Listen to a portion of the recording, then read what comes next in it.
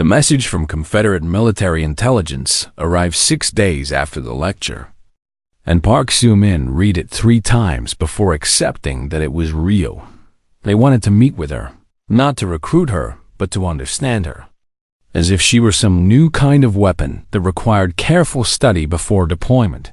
She declined the meeting, citing her studies and her commitment to completing her academy training, and the response she received made it clear that her refusal had been noted and would not be forgotten.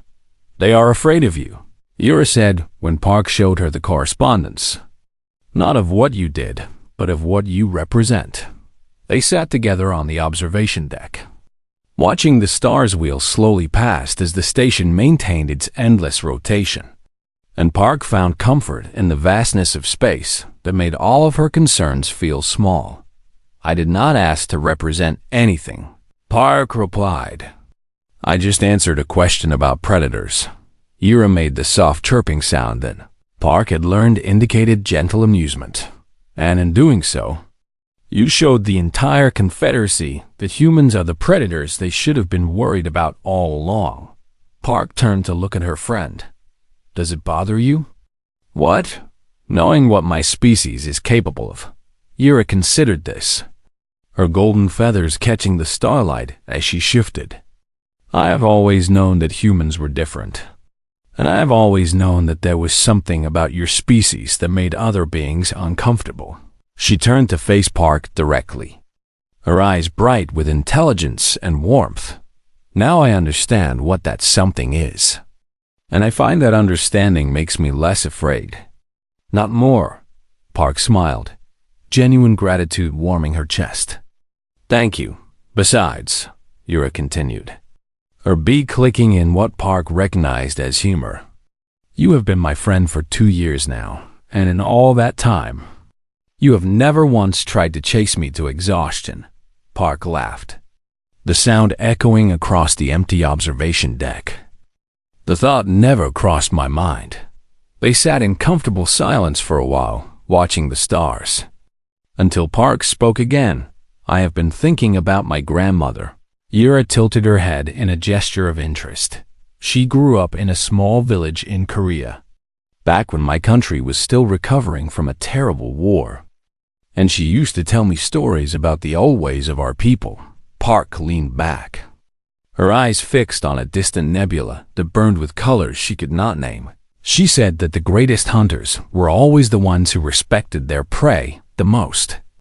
Because to hunt something is to understand it. And to understand something is to love it in a way that makes killing it a sacred act rather than a simple one." Yura was silent, sensing that her friend needed to speak without interruption. "My ancestors did not chase animals to exhaustion out of cruelty," Park continued. "They did it out of necessity, and they honored every creature they killed because they knew that one day something might hunt them in the same way." She turned to face Yura. "I do not want to be feared, and I do not want to be a weapon. And I do not want the Confederacy to see humans as monsters who walk things to death." "Then what do you want?" Yura asked gently. Park thought about this for a long moment before answering. "I want them to understand that the same endurance that makes us dangerous also makes us loyal, and that the persistence we use to hunt can also be used to protect." She stood, walking to the observation window and pressing her palm against the cold glass. "Humans do not give up on the things we love any more than we give up on the things we hunt.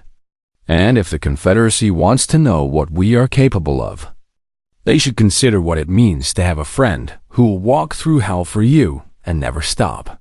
The next day, Park requested permission to teach a voluntary seminar on human survival psychology, and the Academy granted her request with an eagerness that suggested they were relieved. She wanted to share knowledge rather than hoard it. The announcement went out across the station's network, and Park expected perhaps 20 cadets to show interest, mostly those she already knew from her regular courses. She arrived at the assigned lecture hall to find it packed with over 200 beings from dozens of species, all waiting to hear a human explain what made her kind so terrifying and so fascinating. Instructor Velik sat in the back row, his forearms folded across his chest, and when Park's eyes found him, he nodded in what she had learned was a gesture of respect between teacher and teacher.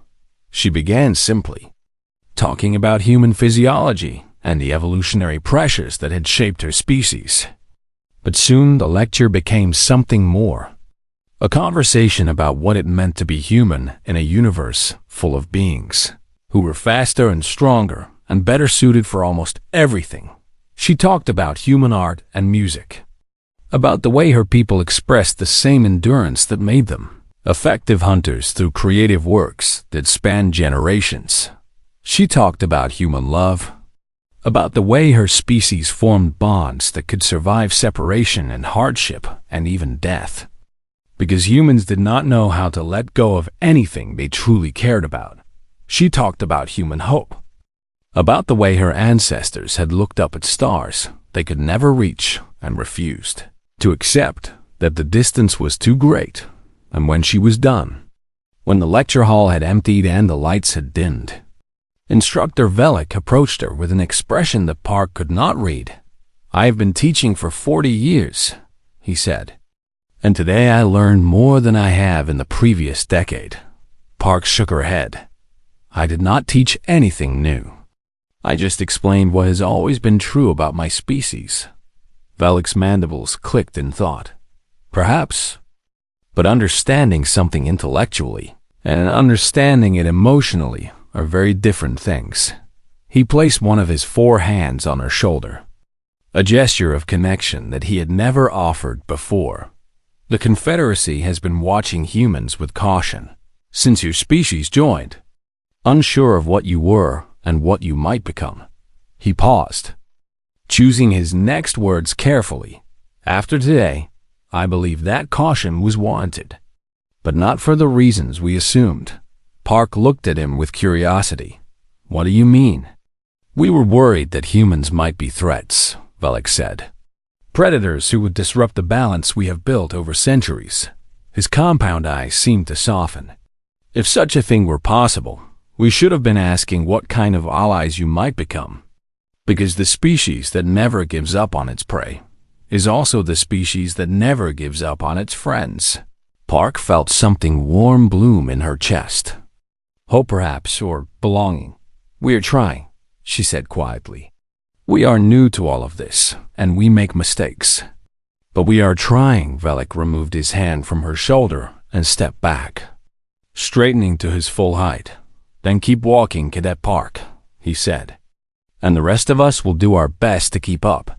He turned and left the lecture hall, and Park stood alone in the dim light, thinking about her grandmother's stories and her uncle's marathons and the long, patient history of her species that had brought her to this moment.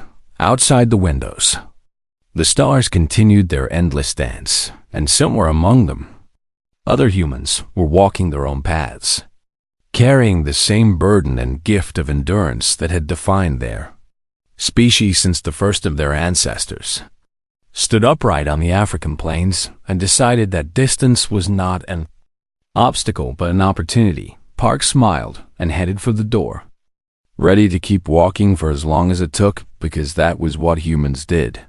They kept going. The simulation chamber was the pride of Corinth Prime, a massive spherical room that could recreate any environment in the known galaxy with such perfect detail that cadets sometimes forgot they were not actually standing on alien worlds. Park Soo-min stood at the entrance while technicians adjusted the parameters, her body loose and relaxed, in a way that seemed to unsettle the growing crowd of observers who had gathered to watch a human do something impossible. Word had spread through the academy, faster than light through a vacuum, and now cadets from every course and every species pressed against the observation windows, their various eyes and sensory organs fixed on the small human woman who had claimed she could exhaust an apex predator through walking. Dren had positioned himself near the main viewing panel, his massive form blocking the view of several smaller cadets who did not dare complain, and his expression carried the certainty of someone who expected to witness a spectacular failure Yura stood closer to the entrance. Her golden feathers pressed flat against her body in what Park had learned was a sign of deep anxiety. "You do not have to do this," Yura said quietly. Her beak clicking with nervous energy, Park stretched her arms above her head. "Feeling the muscles warm and loosen? I know. The simulation will not kill you. But the shame of failure in front of so many witnesses might damage your standing at the academy permanently." Park smiled at her friend, genuine warmth in her expression. "I appreciate your concern, but I am not going to fail." Instructor Velik approached, his forearms carrying datapads and monitoring equipment. The chamber is configured for a standard wilderness environment with temperatures approximating midday conditions on Varrock Prime. He paused, studying Park with compound eyes that seemed to see more than she wanted to reveal. "The simulated Varrock will behave according to all known biological and behavioral patterns, including accurate metabolic functions and thermal regulation limitations." Park nodded, accepting a small earpiece that would allow her to communicate with observers if needed. "One rule," Velik continued. "If you are caught, the simulation ends, and I will record your time as a measure of how long a human can evade a Varrock through unconventional means." "I will not be caught," Park said, and the certainty in her voice made Dren snort with derision.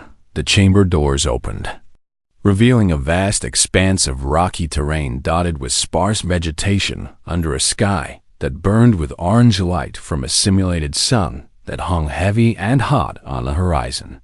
Park stepped inside, feeling the immediate blast of heat against her skin, and she smiled because this was exactly what she needed. The doors sealed behind her, and she heard Velik's voice through her earpiece. "The Varrock will be released in 30 seconds, and your position has been marked for it to find." Park began walking toward a distant ridge, her pace steady and unhurried, her breathing already settling into the rhythm she had learned from her uncle, who still ran ultramarathons through the mountains of Korea. The 30 seconds passed, and she heard the distant roar of something large and angry and very fast discovering her scent. She did not run. The Varrock appeared on the ridge behind her, its massive form silhouetted against the orange sky, and even knowing it was a simulation, Park felt her heart rate increase at the sight of something so perfectly designed for killing. It was beautiful in the way that all predators were beautiful, every line of its body speaking to millions of years of evolution that had produced the ultimate hunter. And Park understood completely why entire colonies had abandoned planets rather than share them with such creatures. The Varrock roared again and began its charge, covering ground with terrifying speed. And in the observation area, several cadets made sounds of distress as they watched what seemed like certain doom approach. The small human figure, Park, maintained her pace, counting the seconds in her head, listening to the thundering footsteps grow closer. At the last possible moment, she changed direction, angling toward a rocky outcropping that forced the Varrock to adjust its trajectory. And the creature overshot her position by several meters before skidding to a halt in a shower of loose stones. It spun to face her, confusion evident in its body language, because prey was not supposed to react this way. Park was already walking again, moving at a steady 5 kilometers per hour toward the next feature of the terrain that would force another course correction. The Varrock charged again. And again, Park waited until the last moment before shifting her path. And again, the creature's momentum carried. It passed her while she continued her measured stride. This pattern repeated 6 times in the first hour. And through her earpiece, Park could hear the observation area growing quieter as the initial excitement gave way to something else, confusion, perhaps, or the beginning of understanding by the second hour. The Varrock's charges had grown slower, and Park noted with satisfaction that the creature was beginning to pant, its massive sides heaving as its body struggled to shed the heat building within. She checked her own condition, pleased to find that while she was sweating heavily, her temperature remained stable and her muscles showed no signs of fatigue beyond the normal warmth of sustained activity. The creature stopped charging altogether by hour 3, instead following her at a distance that seemed to indicate it was waiting for her to tire. Park smiled and kept walking. Hour 4 saw the Varrock, lying down whenever she paused to rest, its tongue hanging from its mouth as it struggled to cool itself. And Park made sure that her rest periods were shorter than the creature needed.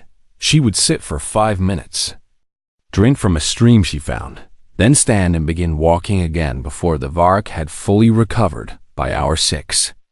The observation area had emptied significantly as cadets lost interest in watching a human walk slowly across a simulated landscape.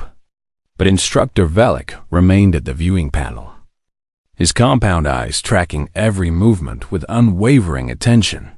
Dren had left after hour 4, his expression troubled in ways he probably did not understand Yura stayed, her feathers slowly rising as she began to comprehend what she was witnessing. Hour 8 brought the first sign of real distress from the Varrock, a stumbling gait that spoke of muscles pushed beyond their limits. And Park felt something like pity for the creature, even as she maintained her relentless pace. By hour 10, the Varrock was barely moving, its charges reduced to exhausted lunges that Park avoided with simple sidesteps, and its roars had faded to weak growls that seemed more desperate than threatening. Hour 12, the Varrock collapsed. Park walked toward it slowly, watching its sides heave with labored breathing, watching its eyes track her approach with what she recognized as terror. She stopped 3 meters away, close enough that the creature could have reached her with a single lunge if it had any strength left. And she waited. The simulation flickered and ended, returning her to the neutral gray of the inactive chamber. And Park stood alone in the sudden silence. The doors opened and Instructor Velik entered, his forearms hanging loose at his sides in what Park had learned was the Thoraxian expression of complete shock. 12 hours and 17 minutes, he said, his voice barely above a whisper. You walked for 12 hours without stopping. Park wiped the sweat from her forehead. My uncle once ran for 36 hours straight during an ultramarathon in the Alps, and he is considered only moderately dedicated among Earth's endurance athletes. Velik stared at her as if seeing her for the first time. What are you? He asked, and there was something in his voice that might have been fear. Park considered the question carefully before answering. Patient, she said. We are very, very patient. The training chamber aboard Karnt Prime smelled like recycled air and nervous sweat from a dozen different species. And Park Soo-min had learned to breathe through her mouth during lectures because the mixture of alien pheromones made her nose itch in ways she could not explain. She sat in the 3rd row between Yura, whose golden feathers caught the light whenever she shifted in her seat, and an empty chair that nobody ever wanted to fill, because sitting next to a human apparently made other cadets uncomfortable in ways they could not articulate. Instructor Velik stood at the front of the chamber, his forearms folded across his chitinous chest as he surveyed the assembled students with compound eyes that missed nothing and judged everything.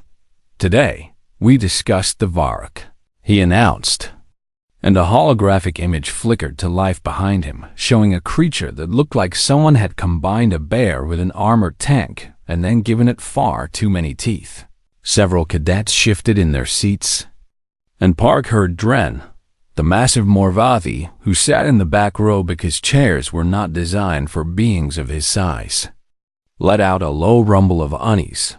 The Varrock was legendary across the Confederacy, not because it was rare, but because it was efficient in ways that made military strategists lose sleep and caused entire colonies to relocate rather than share a planet with even one of these creatures. Apex predator from Varrock Prime, Velik continued, his mandibles clicking as he spoke through his translator, capable of speeds exceeding 60 kilometers per hour in short bursts, armored hide that can withstand standard plasma fire, and sensory organs that can detect prey from 3 kilometers away through scent alone. Park studied the hologram with quiet interest, while around her the other cadets took frantic notes on their data pads as if writing fast enough might somehow protect them from ever meeting such a creature. "Your assignment," Velik said, and his voice carried the weight of 4 decades spent teaching young beings how to survive in a universe that wanted to eat them, "is theoretical but important." He paused, letting the silence build in a way that Park recognized as theatrical but effective. "You encounter a Varrock in the wilderness," he said, "and you have no weapons, no technology, nothing but what nature provides and whatever skills you possess." Another pause, and Park watched his compound eyes sweep across the room. "How do you disable it?" The chamber erupted into murmured discussions as cadets turned to their neighbors and began debating options with the desperate energy of students who suspected they were about to be embarrassed. Yura leaned toward Park, her beak clicking softly as she whispered, "This is impossible, yes? He wants us to admit it cannot be done." Park said nothing, her eyes still fixed on the hologram as it rotated slowly to show the Varrock from every angle. A Russian cadet in the front row raised one of her tentacles. "Poison from local flora, assuming the planet has toxic vegetation compatible with Varrock biology. Assumption noted and rejected," Velik replied without hesitation. "The Varrock digestive system neutralizes most organic toxins within minutes, and their hide prevents absorption through skin contact." Another cadet, a krill whose shell gleamed under the artificial lights, suggested digging a pit trap deep enough to contain the creature. Velik dismissed this as well, noting that Varrock could leap 4 meters vertically from a standing position, and that their claws were designed specifically for climbing out of exactly such obstacles. "Pack tactics," Dren offered from the back, his deep voice rumbling through the chamber. Enough beings working together could overwhelm even a Varrock through sheer numbers. "How many beings?" Velik asked, and there was something in his tone that suggested he already knew the answer and found it amusing. Dren considered this, his massive head tilting to one side. 50? Perhaps more? Historical records indicate that Varrock have successfully defended against coordinated attacks by groups exceeding 100, Velik said. And those groups had weapons. The chamber fell silent as the weight of impossibility settled over the cadets. Like a heavy blanket, Park continued watching the hologram, her expression thoughtful in a way that made Yura glance at her with curiosity. Velik's compound eyes found Park in the 3rd row, and she could feel the attention of the entire class shift toward her as the instructor decided to make an example. "Cadet Park," he said, and his mandibles clicked in. What she had learned was the Thoraxian equivalent of a skeptical smile. "Humans are new to the Confederacy, but your species has a reputation for creative problem-solving that borders on the irrational." Park met his gaze without flinching, having learned early in her time at the academy that aliens expected humans to be either aggressive or submissive, and that showing neither confused them in useful ways. How would a human disable a Varrock with nothing but natural resources? The chamber was utterly silent now, and Park could feel Dren's skeptical gaze burning into the back of her head, along with the curious stares of 24 other cadets who expected her to fail just as spectacularly as everyone else. She considered the question carefully, turning it over in her mind the way her grandmother had taught her to examine problems back home in Bizon, looking for the angle that nobody else would think to check. "How long do I have?" she asked, and her voice was calm in a way that seemed to unsettle several nearby cadets. Velik's mandibles stopped clicking, and his compound eyes fixed on her with sudden intensity. "Time is not a factor in this scenario," he said. "The question is about method, not duration." Park shook her head slowly. "With respect, Instructor, time is the only factor that matters." A murmur rippled through the chamber, And Yura made a soft chirping sound that Park had learned indicated surprise, mixed with concern for a friend who might be about to embarrass herself. "Explain," Velik commanded. And there was something new in his voice now. A note of genuine curiosity beneath the skepticism. Park stood from her seat. Not because she needed to, but because what she was about to say deserved to be delivered on her feet. "The Varrock is faster than me," she said. "Stronger than me, better armored than me, and its senses are sharper than mine could ever be." She paused, letting the admission of human inferiority settle over the room. "But it cannot do what I can do." Velik leaned forward slightly, his forearms unfolding. "And what is that, Cadet Park?" Park smiled, and something about that smile made Dren shift uncomfortably in his reinforced seat. "It cannot keep walking when everything in its body screams for it to stop," she said. "It cannot regulate its temperature through sweating while maintaining pursuit across hours and days.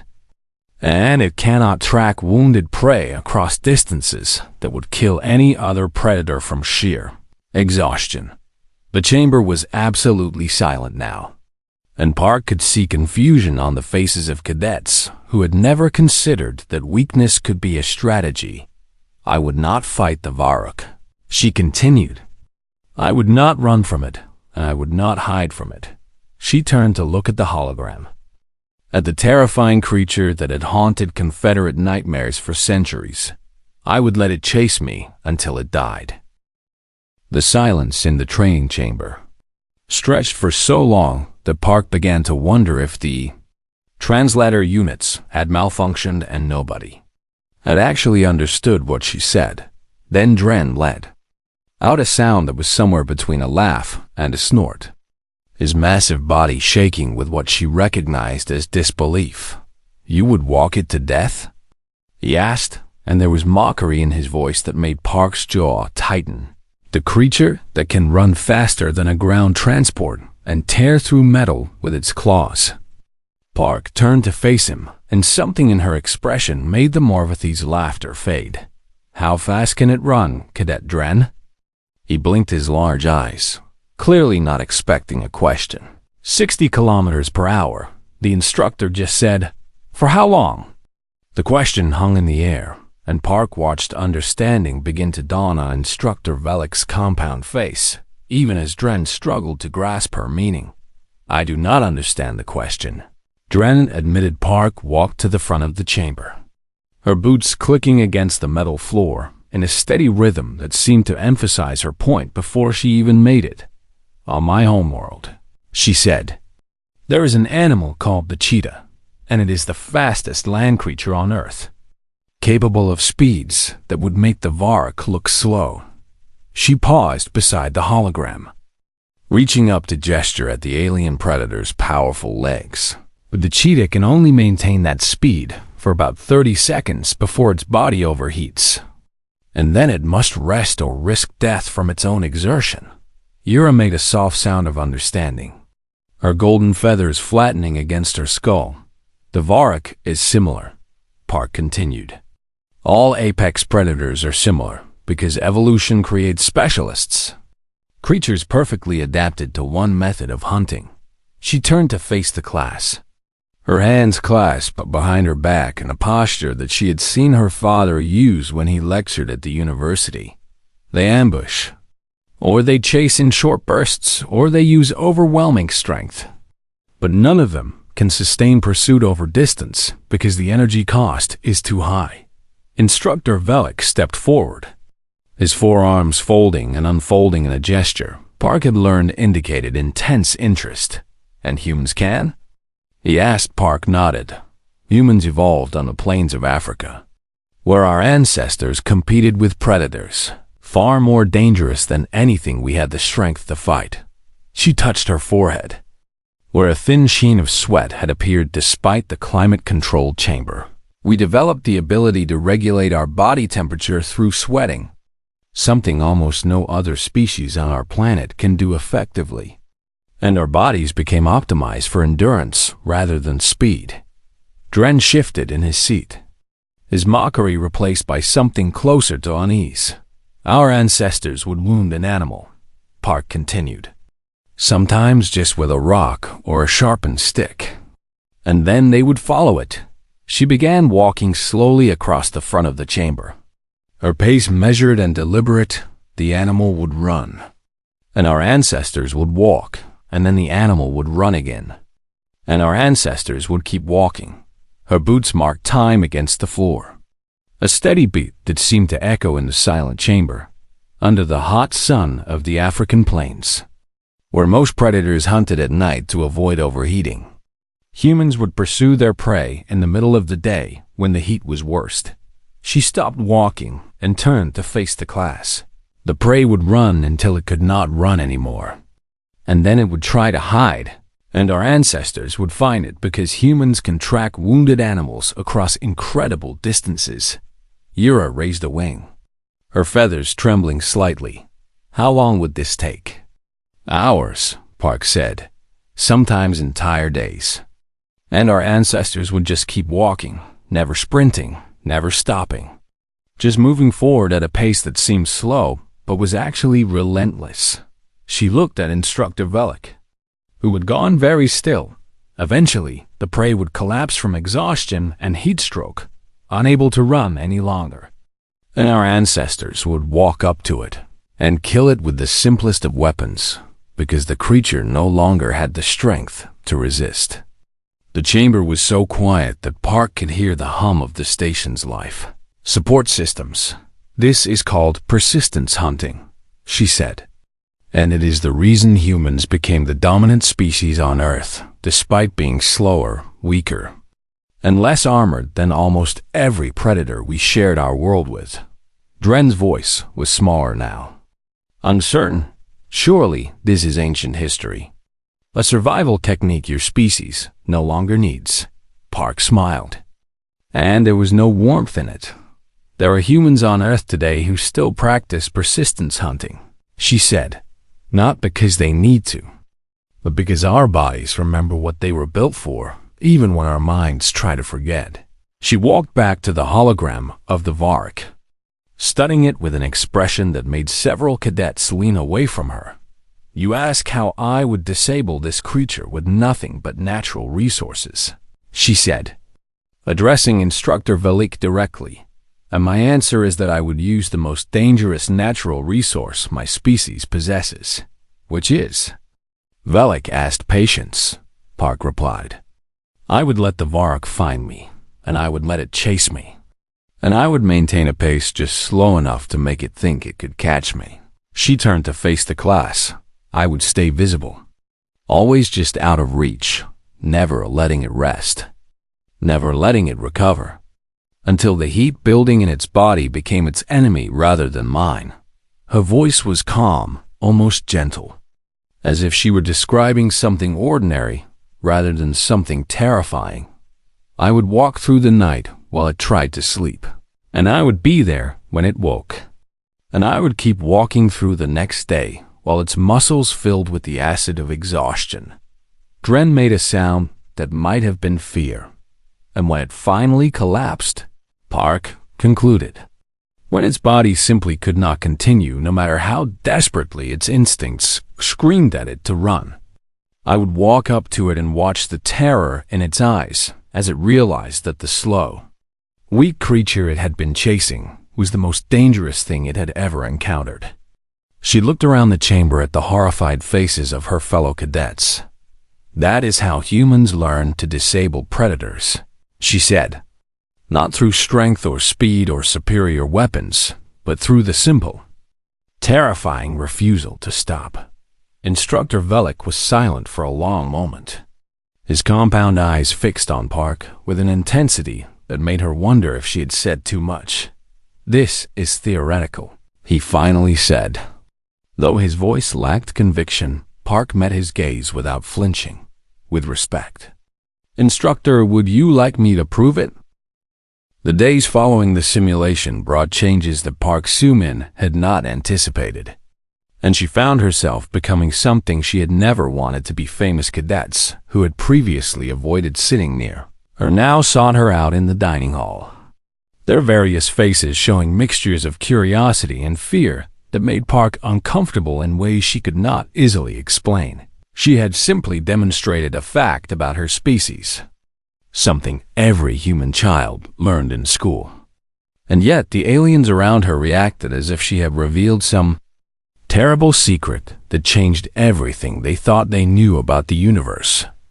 Instructor Velik called a special session 3 days after the simulation, and the lecture hall was packed with cadets from courses that had nothing to do with combat or survival.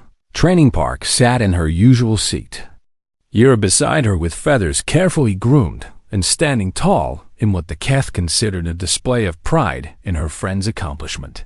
Dran had positioned himself in the front row this time, his massive body hunched forward as if he could not bear to miss a single word, and his expression had lost all trace of the mockery he had shown during their first encounter. Today we discuss the tactical implications of human persistence hunting, Velik announced, his forearms gesturing toward a display that showed Park's movement patterns during the simulation.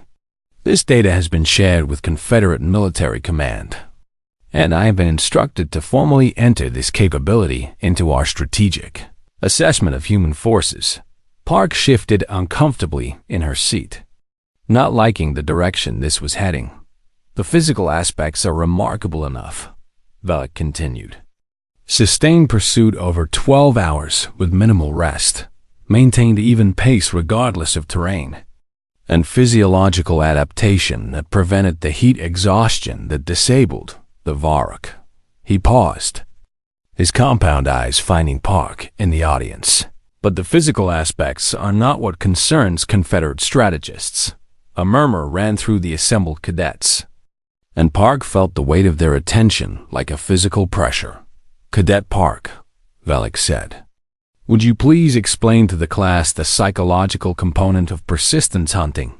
Park stood slowly, aware that every eye and sensory organ in the room was fixed on her, and she took a moment to organize her thoughts before speaking. The prey knows it is being followed, she began, her voice steady despite her discomfort. From the moment the hunt begins, the prey is aware that something is pursuing it, and this awareness is constant. She walked to the front of the chamber, standing beside Velik's display. When the prey runs, it feels a moment of relief because it has escaped the immediate threat. But then it looks back and sees the hunter still coming. Park touched the display, highlighting a section of her path through the simulation. The prey runs again, faster this time, putting more distance between itself and the hunter. But when it looks back, the hunter is still there. She traced her steady progress across the terrain. This happens over and over, hour after hour, and each time the prey looks back and sees that relentless figure still approaching, something breaks inside its mind. The chamber was utterly silent. By the time the prey's body fails, Park continued, its mind has already surrendered, because there is nothing more terrifying than being hunted by something that you cannot outrun no matter how hard you try. Dren made a low sound that might have been distress. Humans call this phenomenon many things, Park said, but perhaps the most accurate description comes from the prey's perspective. She turned to face the class. Imagine knowing, with absolute certainty, that no matter how far you run, no matter how fast you move, no matter where you hide, something is coming for you, and it will never, ever stop. Yura's feathers had gone flat against her body again. The physical exhaustion is almost a mercy by the end, Park said quietly, because the alternative is continuing to live with that knowledge. Instructor Velik stepped forward, his voice unusually soft. This is why Confederate strategists are concerned, because this is not merely a hunting technique. He gestured at the display, which now showed theoretical models of human pursuit patterns in various combat scenarios. This is a form of psychological warfare that requires no technology, no weapons, and no special training, just a simple, terrifying willingness to keep moving forward. A Theshan cadet raised a tentacle, Surely this works only against animals, not sentient beings who can reason and plan. Park's expression shifted, and something in her eyes made the Deshan lower her tentacle. My species has fought many wars against itself, Park said, and her voice carried a weight that silenced any further interruptions. And there are records of human armies pursuing retreating enemies across continents, never engaging in direct battle, just following. She looked at the Deshan with an expression that held no malice but offered no comfort.